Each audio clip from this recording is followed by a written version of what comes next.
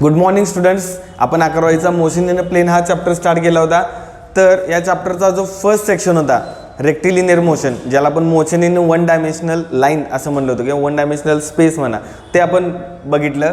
तर ह्या लेक्चरला आता मोशन इन अ प्लेन किंवा motion in a two dimensional space or motion in a two dimensional surface हे आता आपल्याला बघायचं आहे. So motion in a plane आता ह्याचा प्रॉपर स्टडी करायचा आहे. ॲक्च्युली चॅप्टरचं नाव आहे मोशन इन अ प्लेन, पण फर्स्ट पॉईंट हा आपण काय बघितला तर motion in a one dimensional line, okay, ज्याला आपण रेक्टिलिनियर मोशन म्हणलं होतं. म्हणजे जर व्हेलॉसिटी एकाच ॲक्सिसवर तुमची असेल, म्हणजे तुमची व्हेलॉसिटी जर depend upon x component of vector, Y component of vector आणि झेड कंपोनंट ऑफ वेक्टर, म्हणजे जस्ट वन डायमेन्शनल जर तुमची व्हेलॉसिटी असेल, ॲक्सेलरेशन असेल, पोझिशन असेल, तर त्याच्यासाठीचे जे सगळे कॅल्क्युलेशन्स आहेत ते आता आपण रेक्टिलिनियर मोशनमध्ये आपण बघितलेले. आता जर तुमचा पार्टिकल टू डायमेन्शनल सरफेसमध्ये कुठेही फिरत असेल, ओके, त्याचं डिस्प्लेसमेंट हे टू डायमेन्शनमध्ये होत असेल, मग ते एक्स वाय प्लेन असू दे, वाय झेड प्लेन असू दे किंवा झेड एक्स प्लेन असू दे, कोणतंही प्लेन असू दे, जर टू डायमेन्शनल सरफेसमध्ये एखाद्या पार्टिकलची पोझिशन टाईमनुसार चेंज होत असेल तर त्याच्यासाठी आपण डिस्प्लेसमेंट वेक्टर,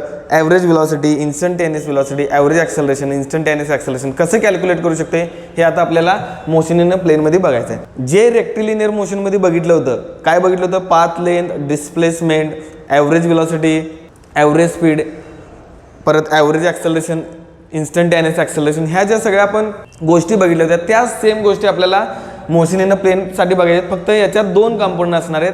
त्यामुळं ज्या वेळेला आपण रेक्टिलिनियर मोशनचा स्टडी करतो तिथं आपण वेक्टरचा काहीच इतका काय भाग कन्सिडर केला नव्हता, कारण का वेक्टर जर वन डायमेन्शनल असतील तर त्यांना आपण स्केलरसारखं ट्रीट करू शकतोय. सो हे लक्षात ठेवा की ज्यावेळेला आपण मोशन इन अ प्लेनचा स्टडी करणार आहे त्यावेळेला आता डिस्प्लेसमेंट, व्हेलॉसिटी आणि परत ॲक्सेलरेशन ह्या सगळ्या वेक्टर क्वांटिटी सारख्या ट्रीट कराव्या लागणार आहेत, कारण त्यांना दोन कंपाऊंड्स असणार आहेत, आय आणि जे, जर तुमचं एक्स वाय प्लेनमधली जर मोशन तुम्ही स्टडी करत असाल तर, ओके.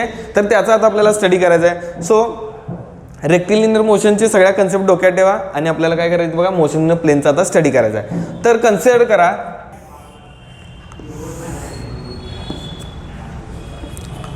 ही तुमची कार्टेशियन कोऑर्डिनेट सिस्टीम आहे, ही तुमची एक्स ॲक्सिस असणार आहे आणि हा तुमचा वाय ॲक्सिस असणार आहे, बरोबर आहे. हा तुमचा एक्स ॲक्सिस असणार आहे, हा वाय ॲक्सिस असणार आहे. आता पार्टिकलची मोशन मी एक्स वाय प्लेनमध्ये मी कन्सिडर करणार आहे, कारण का मोशन इन अ प्लेन आहे. मोशन इन अ प्लेन आहे म्हणजेच काय, या प्लेनमध्ये एखादा पार्टिकल कुठेही असणार आहे, त्याची पोझिशन टाईमनुसार कसं चेंज होते, पण त्याची व्हेलॉसिटी किती असणार आहे, त्याचं ॲक्सेलरेशन किती असणार आहे, याचं आपल्याला स्टडी करायचं आहे, ओके. मग एखादा पार्टिकल समजा इनिशियली एकदम बेसिक कन्सेप्टपासून स्टार्ट केलं होतो, 11वीचा चॅप्टर नंबर 2 मॅथमॅटिकल मेथड, त्याच्यात आपण पोझिशन वेक्टर जनरेट करत होतो. कसं करत होतो बघा, जर एखाद्या पॉईंटचं एक्स वाय हे कॉर्डिनेट्स असतील, एखाद्या पॉईंटचे जर एक्स आणि वाय हे जर कॉर्डिनेट्स असतील तर त्याचा पोझिशन वेक्टर आपण कसा तयार करतो, तर त्याला आपण म्हणतो पी बार. हा कसं करतो, जो एक्स कंपोनंट आहे त्याला आपण आय कॅप युनिट वेक्टर लावत होतो, बरोबर आहे, आणि जो वाय कंपोनंट असणार आहे त्याला आपण जे कॅप कंपोनंट लावत होतो, बरोबर आहे. म्हणजे x into i cap plus y into j cap. I cap आणि जे कॅप काय आहेत, unit vectors along x axis, unit vectors along y axis respectively. So p bar is equal to x i cap plus y j cap, याला काय म्हणतो आपण, position vector म्हणतो. Similarly आपल्याला इथं सुद्धा पोझिशन वेक्टर बघायचं आहे, कारण का जर आपला सरफेस जर टू डायमेन्शनल असेल, आपण जो मोशन स्टडी करत जो एक्स वाय प्लेनमध्ये असेल तर त्याला दोन कंपाऊंड असणार आहेत, एक्स आणि वाय. त्यामुळे त्यासाठी आपल्याला दोन युनिट वेक्टर्स लागणार आहेत, आय कॅप आणि जे कॅप, समजलं. सो समजा एखाद्या पार्टिकलची ट्रॅजेक्टरी अशी आहे, ओके, म्हणजे पार्टिकल समजा इनिशियली इथून स्टार्ट झाला, काही काळानंतरनं तो इथं गेला, काही काळानंतरनं इथं गेला, परत इथं, असं तो ट्रॅव्हल करत आहे, बरोबर आहे. म्हणजे टाईमनुसार त्याचं पोझिशन चेंज होतं. इनिशियली इथून जर समजा या सगळ्यांना पॉईंटना जोडणारी मी एखादं कर्व काढला, ओके, म्हणजे एखाद्या पार्टिकलची ट्रॅजेक्टरी अशी आहे. आत्तापर्यंत आपण काय करत होतो बघा, रेक्टिलिनियरमध्ये पार्टिकलची जी पोझिशन आहे ती फक्त एक्स कंपोनंटवर डिपेंड होती, म्हणजे हा वाय कॅप नावाचा, वाय इंटू जे कॅप नावाचा जो कंपोनंट आहे तो नव्हताच. त्यामुळे p is equal to x i cap इतकंच फक्त त्याचा काय म्हणतात त्याला पोझिशनचा कंपोनंट होता. पुढचा कंपोनंट 0, केचा कंपोनंट तर आपण कन्सिडरच करत नाही. सो समजा एखादा मोशनचा कर्व असा आहे, बरोबर आहे, म्हणजे एखादा पर्टिक्युलर टाइम समजा T1 मी कन्सिडर केला, एखादा टाइम काही असू दे, तुम्ही इनिशियल टाइम 0 इथून कन्सिडर करू शकताय, पण एखादा टाइम T1 आहे समजा, T1 इतक्या टाइमला तो जो पार्टिकल होता त्याचे कोऑर्डिनेट्स आहेत x1 y1, ओके, त्याचे कार्टेशियन कोऑर्डिनेट्स किती आहेत, x1 आणि y1. म्हणजे T1 इतक्या टाइमला समजा त्याचे कार्टेशियन कोऑर्डिनेट मी x1 y1 कन्सिडर केलं तर त्याचा पोझिशन वेक्टर मी कसा लिहू शकतोय, okay, at time t is equal to T1, म्हणजे टाईम ज्यावेळेला T is equal to T1 असणार आहे त्यावेळेला त्या पार्टिकलचे कॉर्डिनेट्स कुठले असणार आहेत बघा, x1 y1. सो जर x1 y1 जर कॉर्डिनेट्स असतील तर त्याचा पोझिशन वेक्टर मी कसा लिहू शकतो बघा, तो पोझिशन वेक्टर मी r1 बारनं मी डिफाईन करतो. ओके, r1 बार म्हणजे काय, ज्यावेळेला टाइम तुमचा T1 होता त्यावेळेला तुमचा पोझिशन वेक्टर r1 असणार आहे. सो r1 बार कसं लिहू शकतोय, जर तुमचा कंपोनंट x आणि y असतील तर xi cap plus yj cap. Similarly जर तुमचे कंपोनंट x1 y1 असतील तर x1 i cap plus y1 j cap असं आपण इझिली लिहू शकतोय. बरोबर आहे, जसं xy साठी लिहिलं तसं x1 y1 साठी लिहिलं. आता समजा हा पार्टिकल इनिशियली ह्या पॉईंटला होता. ओके, हा त्याचं काय असणार आहे, एक्स कंपोनंट ज्याला आपण x1 म्हणलं, हा त्याचं कंपोनंट असणार काय, y कंपोनंट असणार आहे. बरोबर आहे, हा ओरिजिन असणार आहे. समजा आता काही काळानंतर तो पार्टिकल इथून ते इथपर्यंत डिस्प्लेस झाला आणि टाइम T2ला त्याचे नवीन कंपोनंट्स काहीतरी असतील x2 y2. समजलं, म्हणजे पॉईंट समजा हा पॉईंट A आहे आणि हा पॉईंट B आहे, हा पॉईंट A आहे, हा पॉईंट B आहे. तर A पॉईंटला कधी असणार आहे, ज्यावेळेला time T is equal to T1 असणार आहे त्यावेळेला. After time T is equal to T2, okay, जर ज्यावेळेला टाइम तुमचा T is equal to T2 होणार आहे त्यावेळेला त्याची नवीन पोझिशन काहीतरी असणार आहे आणि त्या नवीन पोझिशनचे कॉर्डिनेट्स किती असणार आहेत, x2 y2. हे जे डिस्टन्स असणार आहे ते x2 असणार आहे आणि हे जे परपेंडिक्युलर डिस्टन्स इथून इथं जर परपेंडिक्युलर टाकला, हे जे डिस्टन्स असणार आहे ते y2 असणार आहे आणि हे जे डिस्टन्स असणार आहे ते x2 असणार आहे. So x1 y1 x2 y2 हे त्याचे करस्पॉन्डिंग कंपोनंट्स असणार आहेत. So at time T is equal to T2, ज्यावेळेला सेकंड टाइम आपण T is equal to T2 consider करणार आहे त्यावेळेला त्याचे कंपोनंट्स कोणते असणार, x2 y2 असे असणार आहेत. बरोबर आहे, त्यामुळं जसं आपण पहिला r1 वेक्टर कन्सिडर केला, r1 बार हा असा असणार आहे पोझिशन वेक्टर. बरोबर आहे, पोझिशन वेक्टर कसं ड्रॉ करतोय बघा, ओरिजिनपासून त्या पॉईंटपर्यंत आपण काय करतोय, एक ॲरो कन्सिडर करतोय, तो म्हणजे r1 बार असणार आहे. त्यामुळं हा असणार आहे r1 बार. सिमिलरली जर r2 बार आपल्याला मॅथमॅटिकली लिहायचं असेल तर r2 बार आपण कसं लिहू शकतोय, जर x1 y1ला आपण असं लिहितो असेल तर x2 y2ला सेम तसंच, x2 कंपोनंट त्याला i कॅपनं मल्टिप्लाय करा प्लस y2 कंपोनंट त्याला j कॅपनं मल्टिप्लाय करा. समजलं, त्यामुळे हा आपला r1 बार असणार आहे. सिमिलरली हा आपला r2 बार असणार आहे, r2 बार असणार आहे. सो r1 बार हा वेक्टर असणार आहे, r2 बार हा वेक्टर असणार आहे. समजलं, तर बघा हे दोन आपल्याकडे पोझिशन वेक्टर्स मिळाले, r1 बार आणि r2 बार.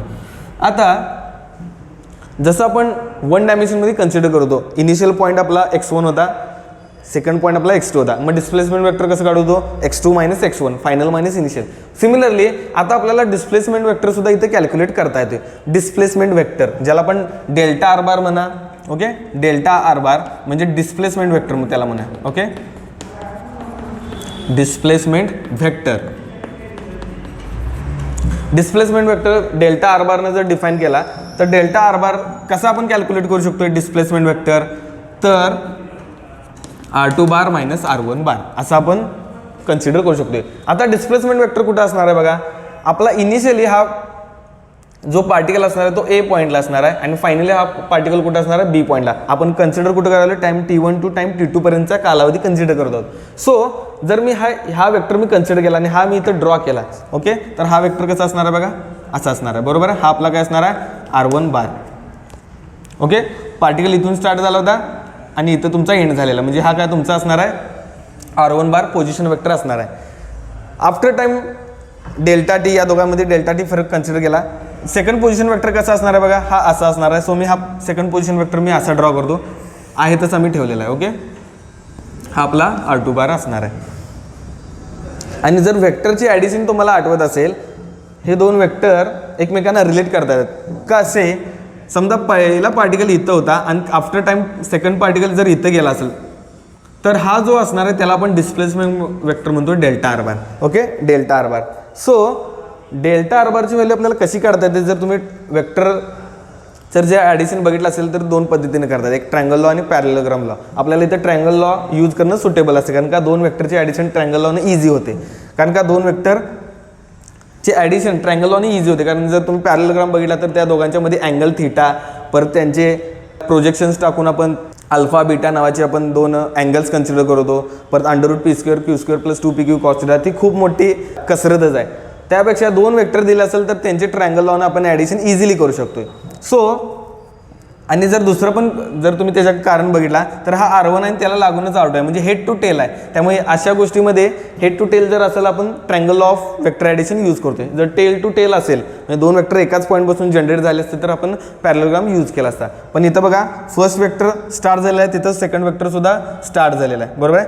जिथून फर्स्ट वेक्टर एंड झालेला आहे तिथं सेकंड वेक्टर स्टार्ट झालेला आहे. सो फर्स्ट वेक्टरची स्टार्टिंग आणि सेकंड वेक्टरची एंडिंग म्हणजे तुमचा काय असणार आहे रिझल्टंट ॲडिशन असणार आहे. So R1 bar plus delta R bar is equal to R2 bar, बरोबर आहे. आपल्याला इंटरेस्ट कसं आहे डेल्टा R बारमध्ये, त्यामुळे डेल्टा R बारची व्हॅल्यू कशी लिहू शकतो आपण R2 bar minus R1 bar. Okay, R2 bar minus R1 so R2 bar minus R1 bar is equal to delta R bar.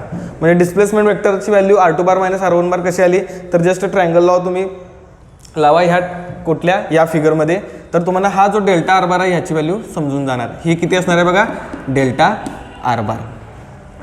Okay, delta R बार समजलं.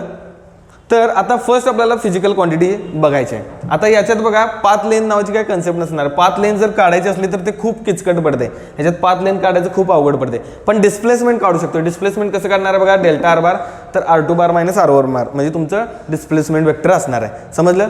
तर आता आपल्याला ॲव्हरेज व्हेलॉसिटी कॅल्क्युलेट करायची आहे. Average velocity first physical quantity कुठली असणार आहे average velocity. So average velocity आपण कसे कॅल्क्युलेट करू शकतो ते बघा. इथं आपला एक्स ॲक्सिस असणार आहे. ओके, ॲव्हरेज व्हेलॉसिटी आपण ॲव्हरेज व्हेलॉसिटी जर रेक्टिलिनियर मोशनमध्ये बघितलं असेल तर ती ॲव्हरेज व्हेलॉसिटी रेक्टिलिनियर मोशनमध्ये कसं करतो x2 मायनस x1 बार. आता त्यावेळेला कन्सिडर केलं तरी चालते का नाही केलं तरी चालते, कारण का जर वन डायमेन्शनल जर केस असेल तर त्यांना आपण स्केलरसारखं ट्रीट करतोय divide by T2 minus T1 असं आपण करत होतो, बरोबर आहे. आणि याला आपण काय म्हणलं होतं बघा delta x by delta T असं आपण ॲव्हरेज व्हेलॉसिटी कॅल्क्युलेट करतो. सिमिलरली इथं पण तसंच असणार आहे. ॲव्हरेज व्हेलॉसिटी ही कधी होती बघा वन डायमेन्शनल केससाठी, त्यांना रेक्टिलिनियर मोशन म्हणली होती. आता आपल्याला 2 डायमेन्शनल केस असेल 2D केस असेल 2D म्हणजे 2 डायमेन्शनल तर ॲव्हरेज व्हेलॉसिटी कशी कॅल्क्युलेट करू शकतो बघा. ॲव्हरेज व्हेलॉसिटी x1 म्हणजे काय तर सेकंड पोझिशन. आता इथं काय असणार आहे पोझिशन वेक्टर असणार आहे. So R2 bar minus R1 bar upon T2 minus T1 म्हणजे T1 पॉईंटला तुमचा पोझिशन वेक्टर R1 बार होता, T2 पॉईंटला तुमचा पोझिशन वेक्टर R2 बार असणार आहे. T1 आणि T2 पॉईंट म्हणजे काय तर T1 ह्या टाईमला तुमचा पार्टिकल R1 बार ह्या पोझिशन वेक्टरने डिफाईन करू शकतोय आणि T2 या टाईमला तुमचा पार्टिकल R2 बार या पोझिशन वेक्टरने आपण डिफाईन करू शकतोय. So R2 bar minus R1 बार, पण R2 बार मायनस R1 बार म्हणजे काय बघा डेल्टा R बार. सो डेल्टा R बार आपण लिहू शकतो याच्याऐवजी. आणि T2 मायनस T1 म्हणजे काय T2 मायनस T1 यातल्या फरकला आपण डेल्टा टी म्हणू शकतोय. या दोघांच्यामध्ये डेल्टा टी इतका कालावधी आहे. So delta R bar upon delta t gives the average velocity in 2 dimensional plane. समजलं, 2 डायमेन्शनल प्लेन. ओके, तर अशा पद्धतीने आपण ॲव्हरेज व्हेलॉसिटी कॅल्क्युलेट करू शकतोय. म्हणजे ॲव्हरेज व्हेलॉसिटी जसं वन डायमेन्शनमध्ये करत होता delta x divide by delta T, इथं डेल्टा एक्स बार म्हणलं तरी चालते कारण वन डायमेन्शनला आपण एक्स बार इतकंच लक्षात ठेवा की तुम्हाला फक्त आय कॅप कंपोनंट असणार आहे. So delta x bar divide by delta T. Similarly average velocity 2 dimensional स्पेसमध्ये तुमचं delta R bar upon delta T असं लिहू शकताय. समजलं. याचं आता थोडंसं मॅथमॅटिकल बॅकग्राऊंडसुद्धा बघूया. डेल्टा R बार कसं कॅल्क्युलेट करू शकतोय आणि त्याच्यावरून ॲव्हरेज व्हेलॉसिटीची मॅग्निट्यूड किती असणार आहे. ओके, तर आपण पोझिशन वेक्टर आपल्याकडे आहेत. आता पोझिशन वेक्टर आहेत. ओके, पोझिशन वेक्टर कसे आहेत बघा x1 i cap plus y1 j cap. Second position vector कसे आहेत बघा x2 i cap plus y2 j cap. त्यामुळे डेल्टा R बारची व्हॅल्यू आपण कशी काढू शकतो बघा डेल्टा R बार, कारण का ॲव्हरेज व्हेलॉसिटी म्हणजे काय delta R bar divide by delta T. त्यामुळे डेल्टा R बारची पहिला व्हॅल्यू कॅल्क्युलेट करून घ्या. डेल्टा R बार म्हणजे काय असणार आहे R2 बार मायनस R1 बार. R2 बार मायनस R1 बार. सो R2 बार म्हणजे काय असणार आहे बघा इथं सेकंड टाईमला तुमचा जो पोझिशन वेक्टर असणार त्याची व्हॅल्यू, त्यामुळे त्याची व्हॅल्यू आपण लिहू शकतोय x2 i cap plus y2 j cap असे लिहू शकतोय. मायनस R1 बारची व्हॅल्यू कशी लिहू शकतोय बघा x1 i cap plus y1 j cap असे आपण लिहू शकतोय. समजलं. काय केलं बघा R2 आणि R1च्या ठिकाणी फक्त मी हे 2 पोझिशन वेक्टरची व्हॅल्यू टाकली. आता हे फक्त सॉल्व्ह करायचे ज्याच्याद्वारे आपल्याला डेल्टा R बारची व्हॅल्यू मिळणार आहे आणि ही डेल्टा R बारची व्हॅल्यू आपण ह्या इक्वेशनमध्ये इन्सर्ट करणार आहे, ज्याच्यामुळे आपल्याला ॲव्हरेज व्हेलॉसिटी कॅल्क्युलेट करता येणार आहे. Okay, so delta R bar delta r bar can be written as, कसं लिहिता येईल बघा, हे जे निगेटिव्ह साईन आहे ते मी आत देतो, तर x2 i cap plus y2 j cap. Okay, मी फर्स्ट टर्म माहीत असल्यात निगेटिव्ह सगळ्यांचं साईन चेंज करतो, x1 i cap minus y1 j cap. Okay, निगेटिव्हनं आत मल्टिप्लाय करा, निगेटिव्ह साईन, निगेटिव्हनं परत पॉझिटिव्हला मल्टिप्लाय करा तर निगेटिव्ह साईन, म्हणजे आतल्या सगळ्या क्वांटिटी आहेत त्यांचं साईन फक्त चेंज करा. सो आता जे आय कंपोनंट आहेत त्यांचं मी जवळ घेतो, त्यामुळे हा एक आय कंपोनंट आहे, हा एक आय कंपोनंट आहे, हा तुमचा जे कंपोनंट असणार आहे, हा तुमचा जे कंपोनंट असणार आहे. सो हे जर दोन्ही जवळ आणला तर तुम्हाला काय भेटणार आहे, x2 i cap minus x1 i cap. Okay, plus next y2 j cap minus y1 j cap असं आपण लिहू शकतोय. सो आय कॅप कॉमन काढा तुम्ही, राहणार कोण, x2 minus x1 i cap plus y2 minus y1 j cap असं आपण लिहू शकतोय. याच्यातून आय कॉमन काढलं, याच्यातून जे कॉमन काढलं, त्यामुळे इथं राहिलं x2 मायनस x1, इथं राहिलं y2 मायनस y1. आणि x2 मायनस x1ला आपण डेल्टा एक्स पुट करू शकतो. डेल्टा एक्स म्हणजे काय, एक्स कंपोनंटमधला फरक. आणि सिमिलरली जर y2 मायनस y1ला डेल्टा वाय टाकलं तर या डेल्टा वायचा अर्थ काय असणार आहे, वाय कंपोनंटमधला फरक कितीने चेंज होणार आहे. So delta r bar can be written as delta x i cap plus delta y j cap. Okay, त्यामुळे आपल्याकडे जी पोझिशन वेक्टरची व्हॅल्यू आपण इथे कन्सिडर केली होती बघा, delta r bar upon delta t, त्याची व्हॅल्यू ॲक्च्युली किती असणार आहे, delta x i cap plus delta y j cap. आता आपल्याला पोझिशन वेक्टरची व्हॅल्यू माहिती आहे, डेल्टा टी पण माहिती आहे, त्यामुळे ॲव्हरेज व्हेलॉसिटीची आता व्हॅल्यू कशी काढू शकतोय, त्यामुळे average velocity can be written as delta x i cap plus delta y j cap divide by delta T. Okay, divide by delta T, हे डेल्टा टी दोन्ही टर्म्सला सेपरेट करा, त्यामुळे त्याचा इफेक्ट काय होणार आहे बघा, delta x by delta t i cap. Same तसंच सेकंड टर्मला पण द्या, delta y by delta T j cap असं आपण लिहू शकतो. म्हणजे याच्याद्वारे तुम्हाला ॲव्हरेज व्हेलॉसिटीचं उत्तर भेटणार आहे. समजलं, तर ॲव्हरेज व्हेलॉसिटी कशी कॅल्क्युलेट करू शकतो बघा, delta x by delta t i cap plus delta y by delta T j cap. आता याला थोडंसं अजून सिम्प्लिफाय करूया की ज्याच्याद्वारे तुम्हाला एकदम सिम्प्लिफाय फॉर्मॅटमध्ये ॲव्हरेज व्हेलॉसिटीचा व्हेक्टर आणि ॲव्हरेज व्हेलॉसिटीची मॅग्निट्यूड तुम्हाला कॅल्क्युलेट करता येते. सो कसं करता येईल बघा,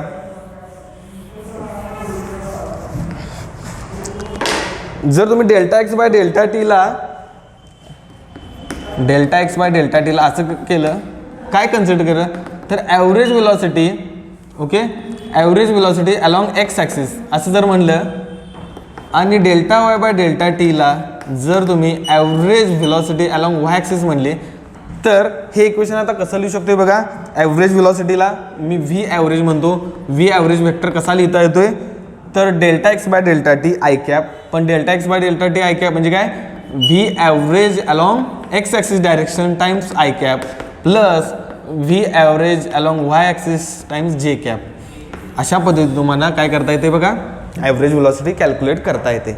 समजलं, तर हा जर ॲव्हरेज व्हेलॉसिटीचं वेक्टर असेल तर ॲव्हरेज व्हेलॉसिटीची मॅग्निट्यूड किती असणार आहे, तर ॲव्हरेज व्हेलॉसिटीची मॅग्निट्यूड आपण मॉड ऑफ ए ॲव्हरेज असं लिहितोय, बरोबर आहे, मॉड ऑफ ए ॲव्हरेज.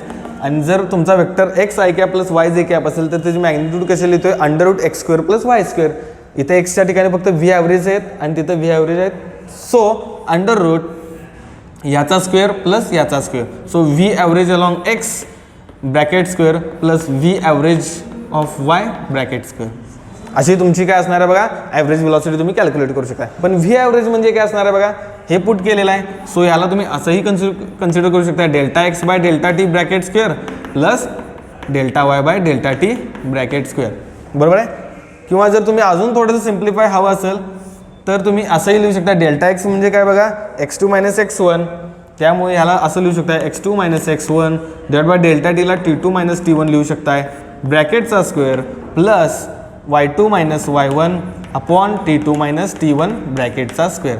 म्हणजे ह्यातलं हे इक्वेशन तुम्ही यूज करा, हे करा किंवा हे करा, तिघांनी आन्सर आपलं सेमच येणार आहे. समजलं, तर अशा पद्धतीने तुम्हाला ॲव्हरेज व्हेलॉसिटी कॅल्क्युलेट करता येते. ओके, तर ॲव्हरेज व्हेलॉसिटी कशी कॅल्क्युलेट केली बघा, ॲट टाइम t1ला पोझिशन वेक्टर x1 y1 आपण डिफाईन केलं, ॲट टाइम t2ला position vector x2 y2 define केलं. त्या दोघातला डिस्प्लेसमेंट वेक्टर म्हणजे काय, r2 बार मायनस r1 बार, आणि delta r bar divide by delta t म्हणजे तुमची ॲव्हरेज व्हेलॉसिटी. त्यामुळं डेल्टा आर बारची व्हॅल्यू बघा, delta x i cap plus delta y j cap, ह्याला फक्त डेल्टा टीनं डिवाइड करा, असं तुम्हाला भेटणार आहे. त्यामुळे तुम्ही ॲव्हरेज वेक्टर कसा तयार करू शकता, V average x i cap plus v average Y j cap, त्याच्यानुसार तुम्ही त्या ॲव्हरेज वेक्टरची मॅग्निट्यूड ह्या 3 फॉर्म्युलाने कॅल्क्युलेट करू शकता. 3 फॉर्म्युला म्हणजे कोणता तुम्हाला योग्य वाटेल, सुटेबल वाटेल तो तुम्ही यूज करू शकता. ओके, जर तुम्हाला कॉम्पोनंट्स दिले असतील, okay, initial components x1 y1 आणि फायनल कॉम्पोनंट x2 y2 दिले असेल आणि जर टाइम तुम्हाला t1 t2 दिला असेल तर हा फॉर्म्युला वापरा. जर तुम्हाला डायरेक्ट वेक्टरच्या फॉर्म्युलामध्ये असं दिलं असेल तर हा फॉर्म्युला वापरा. ओके, म्हणजे तुम्हाला काय प्रोव्हाइड केलेलं असेल त्याच्यावरून तुम्ही ठरवायचं कोणता फॉर्म्युला वापरायचा आहे. ओके, तर आता आपण काय बघितलं बघा, ॲव्हरेज व्हेलॉसिटी. ॲव्हरेज व्हेलॉसिटी आपण कधी काढतोय, ज्यावेळेला तुम्हाला इनिशियल टाइम t1 आणि फायनल टाइम t2 दिलं असते. t1 ते t2 मध्ये तुम्ही ॲव्हरेज कॅल्क्युलेट करू शकता. ॲव्हरेज म्हणजे सरासरी वेग कॅल्क्युलेट करू शकताय. पण जर तुम्हाला विचारले की इन्स्टंटेनियस व्हेलॉसिटी काढा असं जर म्हणलं तर तुम्हाला काय करतोय बघा, आपण जे आपण ॲव्हरेज व्हेलॉसिटी काढतोय त्यात जे तुमचं डेल्टा टी असते त्याला आपण लिमिट टाकतोय. डेल्टा टी टेन्स टू 0, त्याला तुम्हाला काय भेटणार आहे, average velocity goes towards the instantaneous velocity. बरोबर आहे. तर त्याचं थोडंसं डायग्रामॅटिक रिप्रेझेंटेशन बघूया. ओके, तर इथं एक डायग्राममध्ये मी तुम्हाला सांगतो ॲव्हरेज व्हेलॉसिटी आणि इन्स्टंटेनियस व्हेलॉसिटीमध्ये फरक आहे. एक्स कॉम्पोनंट हा वाय कॉम्पोनंट, समजा तुमची पार्टिकल असा ट्रॅव्हल करत आहे, त्याचा इनिशियल टाइम t1 असणार आहे, फायनल टाइम t2 असणार आहे. बरोबर आहे, ज्याला आपण डेल्टा टी डिफाईन केलं होतं. आणि हा तुमचा असणार आहे delta r bar. Okay, delta r bar divide by delta t म्हणजे तुमची काय असणार आहे, ॲव्हरेज व्हेलॉसिटी असणार आहे. आता समजा काय केलं, if delta t tends to 0, delta t tends to 0 म्हणजे काय, ह्या जी डेल्टा टीची व्हॅल्यू आहे ती 0 होत चालली. त्यामुळे तुम्ही t1 ला t2 कडे न्यायचं नाही, कारण t1 आधीचा टाइम आहे. त्यामुळे t1 आहे तिथंच असणार आहे. या t2 ला कमी करताना, म्हणजे t2 जर इथं आला तर तुमचा डेल्टा टी अजून कमी होणार आहे, अलीकडे आला तर अजून कमी, अजून कमी आला तर अजून कमी. त्यामुळे कुठंपर्यंत न्यायचं आहे, if delta t tends to 0, जर तुमची डेल्टा टीची व्हॅल्यू एकदम कमी असेल तर तुम्हाला डेल्टा आर बार काय असणार आहे बघा, तुमचा इन्स्टंटेनियस डिस्प्लेसमेंट वेक्टर असणार आहे. आणि तुमचा टाइम किती असणार आहे, डेल्टा टी टेन्स टू 0, म्हणजे इन्स्टंटेनियस टाइमला तुम्हाला इन्स्टंटेनियस डिस्प्लेसमेंट वेक्टर भेटणार आहे. हे कधी पॉसिबल आहे, ज्या वेळेला ॲव्हरेज व्हेलॉसिटी तुम्ही अशी डिफाईन करताय, average velocity v average bar is equal to delta r bar upon delta t. ज्यावेळेला तुम्ही ह्या इक्वेशनमध्ये डेल्टा टी टेन्स टू 0 टाकताय त्यावेळेला तुम्ही काय करता, limit delta t tends to 0 delta r bar over delta t. याचा अर्थ काय असणार आहे, it can be written in terms of a derivatives of a position vector. So हे कसं लिहिता येते आपल्याला, d r bar by d t असं लिहिता येते. समजलं. So d r bar by d t ही जी क्वांटिटी असते त्याला आपण म्हणतो instantaneous velocity. Instantaneous velocity. Okay, instantaneous velocity कशी कॅल्क्युलेट करता येईल बघा, जसं आपण d x by d t म्हणजे इन्स्टंटेनियस व्हेलॉसिटी म्हणतो, सेम इथं d r bar by d t म्हणजे तुमचं काय असणार आहे, इन्स्टंटेनियस व्हेलॉसिटी असणार आहे. ओके, इन्स्टंटेनियस व्हेलॉसिटी असणार आहे. सो जर तुम्हाला r bar is a function of time दिला असेल, r bar is a function of time दिला असेल तर ॲव्हरेज व्हेलॉसिटी बघा कसं काढू शकताय, 2 टाइम इंटरवलच्या मध्ये t1 आणि t2 याच्यामध्ये तुम्ही ॲव्हरेज व्हेलॉसिटी कॅल्क्युलेट करू शकताय. त्याचा फॉर्म्युला बघा, x2 minus x1 by t2 minus t1 bracket square plus y2 minus y1 divide by t2 minus t1 bracket square. असं तुम्ही ॲव्हरेज व्हेलॉसिटी मॅग्निट्यूड कॅल्क्युलेट करू शकताय. पण जर आर तुमचा जो पोझिशन वेक्टर आहे तो टाइमचं फंक्शन असेल, r is a function of time, तरच तुमचा पोझिशन वेक्टर चेंज होणार आहे ना टाइमनुसार. So r bar is a function of time असेल, हे कधी पॉसिबल आहे, ज्यावेळेला तुमचा x1 is a function of time i cap plus y1 is a function of time j cap असं असेल त्यावेळेस वेळेला तुमचा r is a function of time असणार. म्हणजे तुमचा एक्स कॉम्पोनंट टाइमचं फंक्शन असणार आहे आणि वाय कॉम्पोनंट सुद्धा तुमचा टाइमचं फंक्शन असणार. त्याच वेळेला तुमचा पोझिशन हा तुमचा टाइमचा फंक्शन असणार आहे. So d r bar by d t म्हणजे याचा जर डेरिव्हेटिव्ह घेतला, d r bar by d t, okay, r is a function of time असं लिहितो. सो याचा जर टाइम डेरिव्हेटिव्ह घेतला तर याच्यात बघा आय कॅप आणि जे कॅप काय बेसिस आहेत, युनिट वेक्टर्स आहेत, त्यांचा आपण डेरिव्हेटिव्ह घेऊ शकत नाही. त्यामुळे ते ॲज अ कॉन्स्टंट म्हणून ट्रीट करा, त्याला यांचं डेरिव्हेटिव्ह घ्यायला पाहिजे. त्यामुळे d x one t divide by d t i cap plus d y one t divide by d t j cap असं आपण लिहू शकतोय. आता याला थोडं सिम्प्लिफाय करतो. डी x1 बाय डी टीला मी हे जे कॉम्पोनंट आहेत x1 y1च्या ऐवजी मी x आणि y कन्सिडर करतो, म्हणजे आपल्याला सिम्पल पडेल. सो x1 आणि y1ला याच्या पुढे मी x1 can be treated as x, y1 can be treated as y, so dr bar by dt can be written as dx by dt I cap plus dy by dt j cap. Okay, तर आपल्याला बघा हे position वेक्टरचं derivative जर घेतला तर तुम्हाला instantaneous velocity भेटणार आहे. त्यामुळे dr बार बाय dt म्हणजे काय असणार आहे, तुमची इन्स्टंटेनियस व्हेलॉसिटी असणार आहे. So instantaneous velocity is a vector quantity आता असणार आहे, बरोबर, कारण याच्यात आय कॅप आणि जे कॅप कंपोनंट आहे. सो या इन्स्टंटेनियस व्हेलॉसिटीची मॅग्निट्यूड किती असणार आहे, मॅग्निट्यूड ऑफ इन्स्टंटेनियस व्हेलॉसिटी म्हणजे इन्स्टंटेनियस व्हेलॉसिटीला मी व्ही बार लिहितो तर त्याची व्हॅल्यू किती आहे बघा, dx बाय dt म्हणजे dx बाय dt मी इथं लिहितो, dx by dt i cap plus dy by dt j cap. हा जर वेक्टर असेल तर इन्स्टंटेनियस व्हेलॉसिटीची मॅग्निट्यूड किती असणार आहे बघा, अंडर रूट. आता इथं बघा मगाशी जर तुम्ही ॲव्हरेज व्हेलॉसिटीचं जर इक्वेशन बघितला तर ॲव्हरेज व्हेलॉसिटीचा x component i cap plus y component j cap, त्यावेळेला average velocity magnitude under root x कंपोनंटचा स्क्वेअर प्लस वाय कंपोनंटचा स्क्वेअर. सिमिलरली एक्स कंपोनंट बघा इथं dx बाय dt आहे. So dx by dt bracket square plus dy by dt bracket square असं आपण लिहू शकतो. Okay, dx by dt i cap plus dy by dt j cap जर velocity असेल तर त्याच्या व्हेलॉसिटीची मॅग्निट्यूड कशी लिहू शकतो आपण, dx by dt bracket square plus dy by dt bracket square. म्हणजे ॲव्हरेज व्हेलॉसिटी आणि इन्स्टंटेनियस व्हेलॉसिटीमध्ये फक्त फरक काय, इन्स्टंटेनियस व्हेलॉसिटी आपण अशी लिहितोय आणि ॲव्हरेज व्हेलॉसिटीची मॅग्निट्यूड ही dxच्या तिथे फक्त delta x by delta T इतकाच फरक असतो, बाकीचं काहीच नाही, इतकाच फक्त फरक आहे. ओके, इतकाच फक्त फरक आहे. या दोन इक्वेशनमध्ये बघा डेल्टा एक्स बाय डेल्टा टीच्या ठिकाणी फक्त dx बाय dt आहे. त्यामुळे ॲव्हरेज व्हेलॉसिटी आपण दोन पॉईंटच्या मध्ये कॅल्क्युलेट करतोय, सरासरी काढतोय आणि इन्स्टंटेनियस व्हेलॉसिटी त्या क्षणाला काढतोय आणि त्या क्षणाला जर आपल्याला रेट काढायचा असेल तर आपण डेरिव्हेटिव्हचा वापर करतोय. सो ॲव्हरेज व्हेलॉसिटी आणि इन्स्टंटेनियस व्हेलॉसिटी आपण अशा पद्धतीनं कॅल्क्युलेट करू शकतोय. समजलं. सिमिलरली आता आपल्याला ॲक्सेलरेशनबद्दल पण बघायचं आहे, ॲक्सेलरेशनबद्दल पण सेम असंच बघायचं आहे, पण ते आता आपण अशा डायग्रामद्वारे काढणार नाहीत, तर सिमिलर डायरेक्ट असे इक्वेशन्स घेऊन आपण ॲव्हरेज ॲक्सेलरेशन आणि इन्स्टंटेनियस ॲक्सेलरेशन आपण कसं कॅल्क्युलेट करू शकतो हे आता आपल्याला बघायचं आहे. हे तुम्हाला समजलं असेल. ॲव्हरेज व्हेलॉसिटीची मॅग्निट्यूड अशी कॅल्क्युलेट करायची, ॲव्हरेज व्हेलॉसिटीचं वेक्टर कुठं असणार आहे बघा, तो प्रिव्हियस होता तो ॲव्हरेज व्हेलॉसिटीचा वेक्टर, तो कसा असणार आहे, ॲव्हरेज व्हेलॉसिटी ऑफ एक्सचा component plus i cap plus average व्हेलॉसिटीचा जो वाय कंपोनंट आहे त्याला जे कॅप लावला तर तुम्हाला ॲव्हरेज व्हेलॉसिटीचा वेक्टर भेटणार आहे आणि त्या कंपोनंटचा जर स्क्वेअर केला आणि ॲडिशन केला तर तुम्हाला ॲव्हरेज व्हेलॉसिटीची मॅग्निट्यूड भेटणार आहे. आणि जर position vector is a function of time असेल आणि त्याचा जर डेरिव्हेटिव्ह घेतला तर तुम्हाला ॲव्हरेज व्हेलॉसिटीचा वेक्टर भेटणार आहे, सॉरी इन्स्टंटेनियस व्हेलॉसिटीचा वेक्टर भेटणार आहे आणि अशा पद्धतीने तुम्हाला इन्स्टंटेनियस व्हेलॉसिटीची मॅग्निट्यूड कॅल्क्युलेट करता येते. सिमिलरली आता आपल्याला ॲव्हरेज ॲक्सेलरेशन आणि इन्स्टंटेनियस ॲक्सेलरेशन कॅल्क्युलेट करायचं आहे. ओके,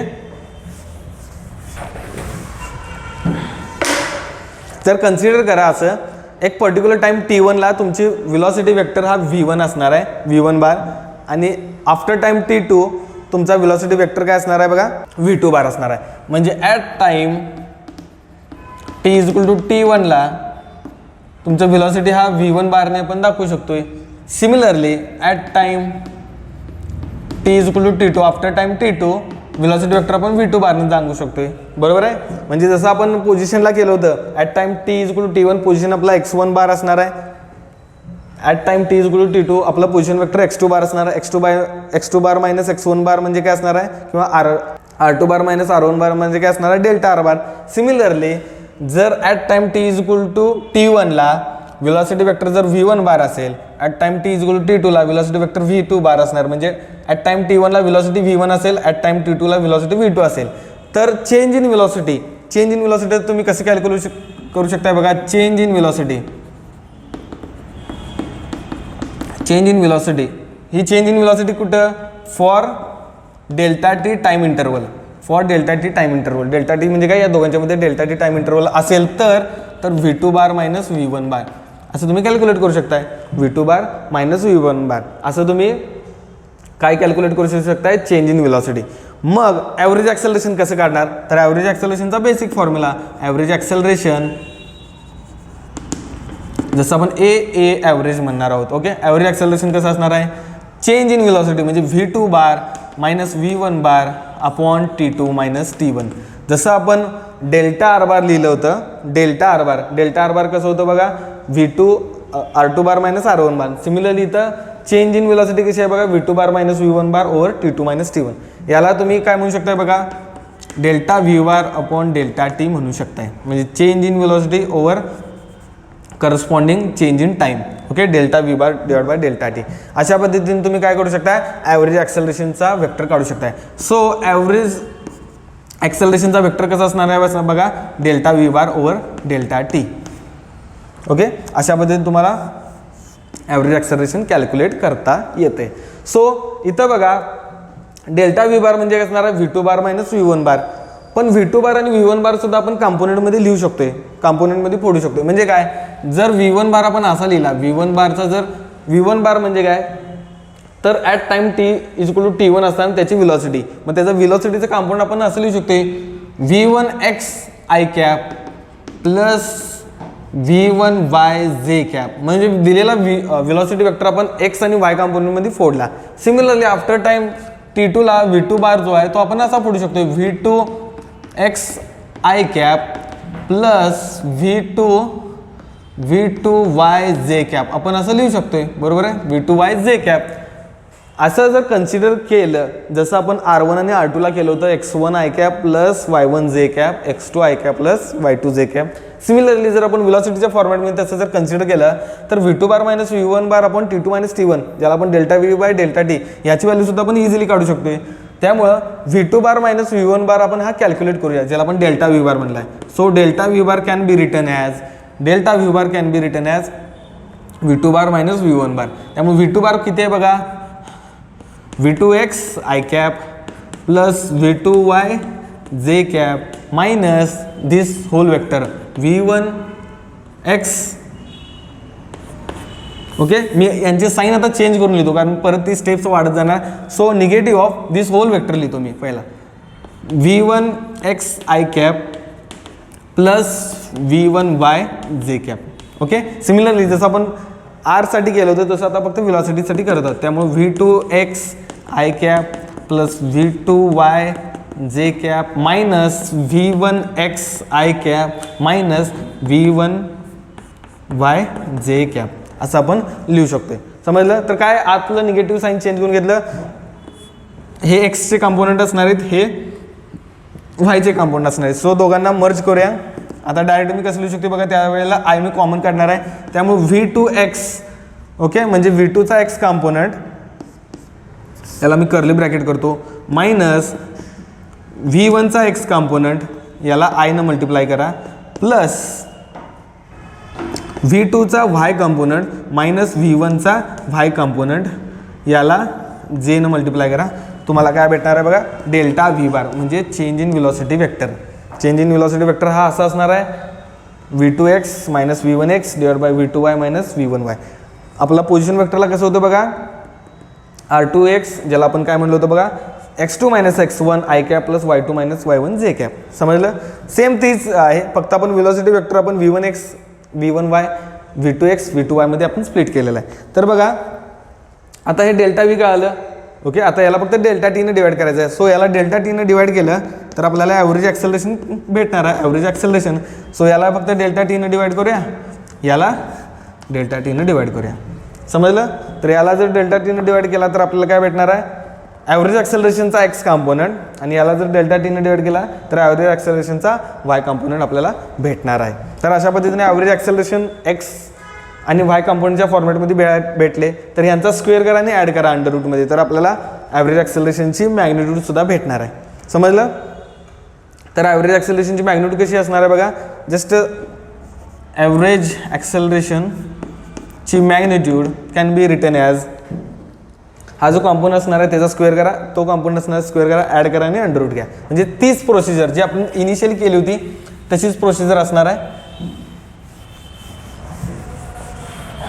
हा वेक्टर तोडत ठेवतो, बाकी सगळे मी रब करून टाकतो.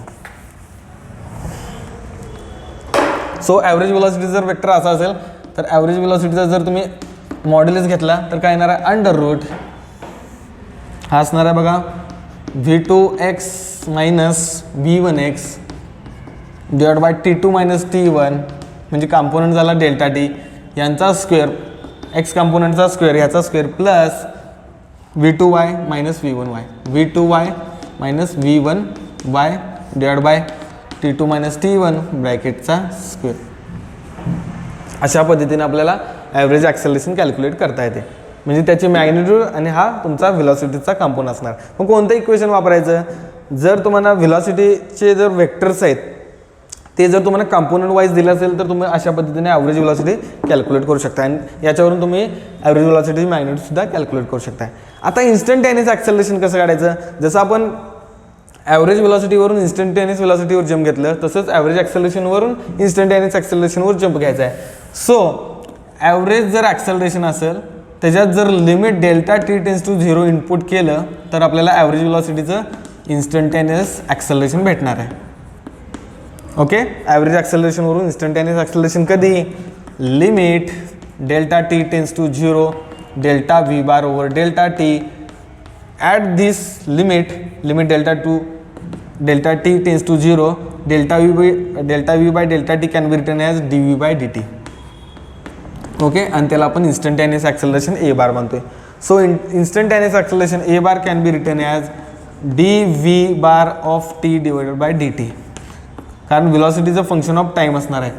सो व्हेलॉसिटीचा जर टाईम डेरिव्हेटिव्ह घेतला तर तुम्हाला इन्स्टंटेनियस ॲक्सेलरेशन भेटणार आहे. ओके, जर दोन टाईम इंटरवलच्या मध्ये T1 आणि T2च्या मध्ये जर ॲक्सेलरेशन कॅल्क्युलेट केला तर तुम्हाला ॲव्हरेज ॲक्सेलरेशन भेटणार आहे. आणि त्या क्षणाला जर तुम्हाला ॲक्सेलरेशनची व्हॅल्यू पाहिजे असेल तर तुम्ही व्हेलॉसिटी जो फंक्शन ऑफ टाईम असणार आहे त्याचं तुम्ही टाईम डेरिव्हेटिव्ह घ्या, तुम्हाला काय भेटणार आहे? त्याचं इन्स्टंटेनियस ॲक्सेलरेशन तुम्हाला कळणार आहे. सो अशा पद्धतीनं average velocity, instantaneous velocity, average acceleration आणि इन्स्टंटेनियस ॲक्सेलरेशन आपण कॅल्क्युलेट करू शकतो. ओके, त्याच्यावरचे एक न्यूमरिकल प्रॉब्लेम्स बघूया की ज्याच्यावर तुम्हाला समजून जाईल इन्स्टंटेनियस ॲक्सेलरेशन कसं कॅल्क्युलेट करायचं. Okay,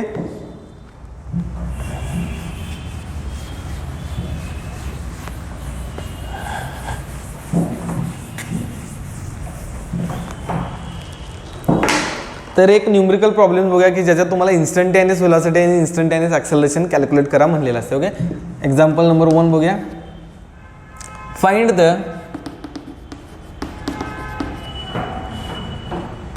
instantaneous velocity and instantaneous acceleration of particle having following equations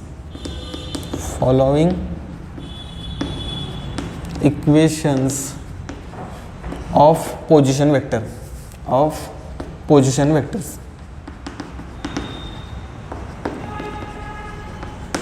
okay, म्हणजे काय दिलेलं बघा, फाइंड द इन्स्टंटेनियस व्हेलॉसिटी आणि instantaneous acceleration of particle having the following equations of position vector. म्हणजे खाली काहीतरी इक्वेशन्स दिलेले असणार आहेत पोझिशन वेक्टरचे. त्या पोझिशन वेक्टरचे जे पार्टिकल्स असणार आहेत त्यांची ॲव्हरेज इन्स्टंटेनियस व्हेलॉसिटी आणि इन्स्टंटेनियस ॲक्सेलरेशन कॅल्क्युलेट करायचे आहे. मग तुम्हाला कोणतं दिलं आहे बघा, तर एक्स ऑफ टी. आता इथे एक्स ऑफ टी कन्सिडर करायचं नाही तर आर ऑफ टी कन्सिडर करायचं. कारण का आपलं जे वेक्टर असणार आहे त्याला एक्स आणि वाय कॉम्पोनंट असणार आहे. सो इथे एक्स ऑफ टी म्हणण्यापेक्षा आर ऑफ टी म्हणूया. आर ऑफ टी असणार आहे 2i cap plus 3j cap. जर तुम्ही टेक्स्ट बुक बघितला तर अशा टाईपचा एक न्यूमरिकल प्रॉब्लेम तुम्हाला जाणवून येईल. सेकंड पार्टिकल दिलेला आहे असं आर ऑफ टी, तर तो असा असणार आहे 2ti cap plus 2t² j cap. 2t² j cap म्हणण्यापेक्षा 2j कॅप. आणि थर्ड आपला थर्ड आपलं असणार आहे बघा आर ऑफ टी. तुम्हाला दिलेला आहे, काय दिलेलं आहे बघा, 2t² cap plus 3t² j cap असं आपल्याला थर्ड कॉम्पोनंटचा पोझिशन वेक्टर दिलेला आहे. सो फर्स्ट बघा आर ऑफ टी दिलेला आहे, आर ऑफ टी दिलेले आहेत आणि आर ऑफ टी दिले आहेत. 3 वेगवेगळ्या पार्टिकलसाठी आपल्याला आर ऑफ टी दिले आहेत. आता याच्यात बघा टीचा कॉम्पोनंट काहीच नाही, याच्यात टीचा फर्स्ट कॉम्पोनंट आहे आणि याच्यात टीचा सेकंड कॉम्पोनंट आहे. म्हणजे टीचे ऑर्डर्स, टीचा ऑर्डर इथं 0 आहे, इथं टीचा ऑर्डर 1 आहे, म्हणजे टीचा पॉवर 1 आहे आणि इथं टीचा पॉवर 2 असणार आहे. सो अशा वेगवेगळ्या इक्वेशनसाठी तुम्ही इन्स्टंटेनियस व्हेलॉसिटी आणि इन्स्टंटेनियस ॲक्सेलरेशन कसं कॅल्क्युलेट करू शकता हे आपल्याला बघायचं आहे. तर सोल्युशन कसं असणार आहे बघा, याचं एकदम सिंपल आहे. फर्स्ट पार्टिकल तुम्ही कन्सिडर करा आर ऑफ टी. कसं आहे बघा, याचं two i cap plus 3 cap, बरोबर आहे, 2 आय कॅप प्लस 3 कॅप. त्यामुळे व्हेलॉसिटी इंस्टंटेनियस व्हेलॉसिटी म्हणजे काय, dr बार बाय dt, म्हणजे याचा टाइम डेरिव्हेटिव्ह घ्या. टाइम डेरिव्हेटिव्ह घेताना आय कॅप जे कॅपला आपण कॉन्स्टंट कन्सिडर करतो. 2चं डेरिव्हेटिव्ह 0 आय कॅप, 3चं डेरिव्हेटिव्ह 0 जे कॅप, त्यामुळे किती असणार आहे बघा, 0 येणार आहे. त्यामुळे तुमची व्हेलॉसिटी किती असणार आहे बघा, 0. जर तुमचं व्हेलॉसिटी वेक्टर जर 0 आलं असेल तर ॲक्सेलरेशन म्हणजे काय, या व्हेलॉसिटी वेक्टरचं टाइम डेरिव्हेटिव्ह घ्या. त्यामुळे 0चं डेरिव्हेटिव्ह घेतला तर 0, त्यामुळे तुमचं ॲक्सेलरेशन सुद्धा कसं असणार आहे, 0 असणार आहे. ओके, कारण का जर 2 आय कॅप आणि 3 जे कॅप हा जर तुमचे कंपाऊंड असतील, it is not function of time, म्हणजे हे पोझिशन वेक्टरचे जे कंपाऊंड्स आहेत ते टाईमनुसार चेंज होत नाहीत. सो पोझिशन जर टाईमनुसार जर चेंज होत नसेल तर त्यांची व्हेलॉसिटी 0 असणार आहे, आणि ते जर तुमची व्हेलॉसिटी 0 असेल तर तुमचं ॲक्सेलरेशन त्वरणसुद्धा 0 असणार आहे. सो अशा पद्धतीने तुम्ही इन्स्टंटेनियस व्हेलॉसिटी आणि इन्स्टंटेनियस ॲक्सेलरेशन कॅल्क्युलेट करू शकताय. सेकंड प्रॉब्लेम बघा कसा आहे, सेम तेच दिलेला आहे. जसं फर्स्ट प्रॉब्लेममध्ये टीची पॉवर 0 दिली होती, आता टीची पॉवर किती आहे बघा, r bar of t is equal to 2t i cap plus 2 j cap असे दिलेले आहे. सो व्हेलॉसिटी वेक्टर कशी लिहू शकतो बघा, याचा टाइम डेरिव्हेटिव्ह घ्यायचा आहे just dr bar bar dt, dr bar by dt. So 2tचं derivative घेतला तर 2tचं डेरिव्हेटिव्ह येणार आहे 2 आय कॅप प्लस 2चं डेरिव्हेटिव्ह घेतला तर 0 j cap. Okay, 0 j cap आपण नाही लिहिलं तरी चालते, कारण 0 इंटू जे कॅप म्हणजे काय, नल वेक्टर असणार आहे. सो तो नाही लिहिला तरी चालते. त्यामुळे तुमचा व्हेलॉसिटी वेक्टर कसा असणार आहे बघा, 2 आय कॅप, म्हणजे व्हेलॉसिटी तुमची कशी असणार आहे बघा, एक्स डायरेक्शनमध्ये असणार आहे, आणि त्या व्हेलॉसिटी वेक्टरची मॅग्निट्यूड किती असणार आहे, 2 असणार आहे, बरोबर आहे. याची मॅग्निट्यूड किती असणार आहे, 2, √2² म्हणजे 4, √4 म्हणजे किती असणार आहे, 2 युनिट, समजलं. अँड याचं ॲक्सेलरेशन किती असणार आहे, dv बार बाय dt, म्हणजे तुमचा जो व्हेलॉसिटी वेक्टर आहे त्याचं तुम्ही टाइम डेरिव्हेटिव्ह घ्या परत, तर तुम्हाला इन्स्टंटेनियस ॲक्सेलरेशन भेटणार आहे. सो 2 आय कॅपचं जर डेरिव्हेटिव्ह घेतला तर 2 कॉन्स्टंट आहे, त्यामुळे त्याचं डेरिव्हेटिव्ह 0 होणार आहे. सो ॲक्सेलरेशन तुमचं किती असणार आहे, 0 असणार आहे. ओके, इनिशियल जर तुम्ही प्रॉब्लेम बघितला तर व्हेलॉसिटी 0, ॲक्सेलरेशन 0. याच्यात काय बघा, व्हेलॉसिटी कॉन्स्टंट, त्याचं ॲक्सेलरेशन 0, कारण डेरिव्हेटिव्हचा एक रूलच आहे, जर कॉन्स्टंट फंक्शन असेल तर त्याचं डेरिव्हेटिव्ह घेतलं तर ते 0 येते. मग कॉन्स्टंट फंक्शन 0 असलं तर 0च येणार आहे, आणि कॉन्स्टंट असेल तरी पण 0 येणार आहे. सो या दोन्ही केसेसमध्ये तुमचं ॲक्सेलरेशन 0 आलं. आता थर्ड केस बघा, r बार ऑफ टी कशी दिलेली आहे बघा, r bar of T 2t² I cap plus 3t² जे कॅप असं दिलेलं आहे. सो व्हेलॉसिटी वेक्टर कसे असणार आहे, यांचं डेरिव्हेटिव्ह घ्या फक्त. 2t² डेरिव्हेटिव्ह किती असणार आहे बघा, 2 कॉन्स्टंट t² डेरिव्हेटिव्ह 2t, बरोबर आहे, I cap plus 3 constant t² derivative किती असणार आहे, 2t जे कॅप. t² डेरिव्हेटिव्ह 2t का, तर सेकंड चॅप्टर मॅथमॅटिकल मेथड्स त्याच्यात डिफरन्शियल कॅल्क्युलस, त्यात x⁻n चं derivative n into x⁻n-1. So t² derivative 2t असते. सो आता व्हेलॉसिटी वेक्टर आपण कसा लिहू शकतोय बघा, 2 to the 4t I cap plus 6t जे कॅप असं तुमची व्हेलॉसिटी वेक्टर असणार आहे, बरोबर आहे. आणि व्हेलॉसिटी वेक्टरची मॅग्निट्यूड कशी कॅल्क्युलेट करू शकताय, व्हेलॉसिटी वेक्टरची मॅग्निट्यूड किती असणार आहे बघा, 4t² म्हणजे काय 16t² प्लस 36t² अशी लिहू शकताय तुम्ही. 4t², 4चा square 16t², 6चा square 36t², त्यामुळे या दोघांची ॲडिशन केला तर √52t². त्यामुळं असे तुमची काय असणार आहे बघा, ती मॅग्निट्यूड असणार आहे इन्स्टंटेनियस व्हेलॉसिटीची. तुम्हाला टाईम 1 सेकंदानंतर विचारलीत तर टीची व्हॅल्यू 1 टाका, √52 येणार आहे, बरोबर आहे. टाईम टीची व्हॅल्यू जर 2 विचारलीत, 2 सेकंदला तुमची व्हेलॉसिटी किती असणार आहे, तर टाईमची टीची व्हॅल्यू 2 टाका, 2चा वर्ग 4, 52 चौक किती येणार आहे बघा, 52 चौक किती येणार आहे, 208. ओके, तर √208 करा, √208 तेवढं तुमचं युनिट किती असणार आहे, व्हेलॉसिटी असणार आहे ॲट t = 2 सेकंदला. सिमिलरली ॲक्सेलरेशन कसं कॅल्क्युलेट करू शकता, acceleration = dv bar by dt. तुमचं व्हेलॉसिटी वेक्टर असणार आहे, त्याचं तुम्ही टाइम डेरिव्हेटिव्ह घ्या. त्यामुळे व्हेलॉसिटी वेक्टर बघा 4t. आता 4tचं डेरिव्हेटिव्ह किती येणार आहे बघा, 4 कॉन्स्टंट tची डेरिव्हेटिव्ह 1, त्यामुळे किती येणार आहे, 4 आय कॅप येणार आहे, प्लस याचं किती येणार आहे बघा, 6 जे कॅप. त्यामुळे हा तुमचा ॲक्सेलरेशनचा वेक्टर असणार आहे 4 आय कॅप प्लस 6 जे कॅप. त्यामुळे ॲक्सेलरेशनची मॅग्निट्यूड किती असणार आहे बघा, √4चा स्क्वेअर 16, 6चा स्क्वेअर 36 = √52 युनिट असणार आहे. ओके, अशा पद्धतीने तुम्ही इन्स्टंटेनियस व्हेलॉसिटी आणि इन्स्टंटेनियस ॲक्सेलरेशन कॅल्क्युलेट करू शकताय. इतकंच लक्षात ठेवा, जर तुमचा पोझिशन वेक्टर टाईमचं फंक्शन नसेल तर तुमचं व्हेलॉसिटी आणि ॲक्सेलरेशन हे दोन्ही पण 0 असतात. ओके, जर तुमचा पोझिशन वेक्टरमध्ये टाईमचा फर्स्ट पॉवर असेल, टीचा फर्स्ट पॉवर असेल, तर तुमचं व्हेलॉसिटी कॉन्स्टंट येते पण ॲक्सेलरेशन 0 येते. आणि ज्यावेळेला तुमचं पोझिशन वेक्टर हा t² t³ t⁴ अशा फॉर्मॅटमध्ये असते त्यावेळेला तुमचं व्हेलॉसिटी आणि ॲक्सेलरेशन हे नॉन झिरो असतात. ओके, हे डिपेंड्स असते तुमचा टाईम कसा आहे, ते फंक्शन कसं आहे त्याच्यावर डिपेंड असते. हे नेहमी जनरली तसं नसते, समजलं. तर अशा पद्धतीनं आज काय बघितलं बघा, जे आपण 1 डायमेन्शनल केसमध्ये बघितलं होतं, average velocity, instantaneous velocity, average acceleration, instantaneous acceleration, same तोच कन्सेप्ट आपण 2 डायमेन्शनल केससाठी अप्लाय केला. फक्त ह्याच्यात जी सिच्युएशन असणार आहे ती थोडीशी कॉम्प्लिकेटेड असणार, कारण याच्यात आपण वेक्टर ट्रीट करतोय, त्याचे कंपोनंट आपण स्प्लिट करतोय आणि त्या कंपोनंट वाईज ॲडिशन करून मग आपण average velocity, average acceleration, instantaneous velocity, instant ॲक्सेलरेशनचे वेक्टर्स तयार करतोय आणि त्याच्यावरून आपण मॅग्निट्यूडसुद्धा कॅल्क्युलेट करू शकतोय. सो ॲव्हरेज व्हेलॉसिटी आपण 2 टाईम इंटरवलसाठी काढतोय आणि त्या 2 टाईम इंटरवलला Δt 0 केलं तर इन्स्टंटेनियस व्हेलॉसिटी आणि इन्स्टंटेनियस ॲक्सेलरेशन आपण कॅल्क्युलेट करू शकतोय. आणि त्याचे काहीतरी न्यूमरिकल प्रॉब्लेम्स बघितले. ओके, तर आज जसं आपण बघितलं average velocity, average acceleration, instantaneous velocity, instantaneous acceleration. Similarly आता 2 डायमेन्शनल मोशनमध्ये आपल्याला ह्याच्यावर बेस्ड अजून न्यूमरिकल प्रॉब्लेम बघायचे आहेत. आज काय बघितलं, is a function of time only बघितलं. ओके, इथं टी बघा, टी तुम्हाला इथं काही दिलं नव्हतं, इथं टीचं फंक्शन नाही आहे, इथं टीचं फंक्शन आहे, परत इथं टीचं फंक्शन आहे. पण तुम्हाला जे दिलेले व्हेलॉसिटी वेक्टर इथं होतं बघा, कॉन्स्टंट आला, ॲक्सेलरेशन 0.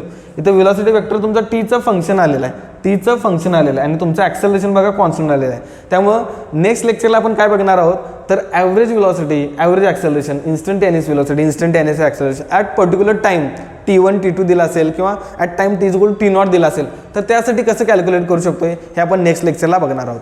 थँक्यू.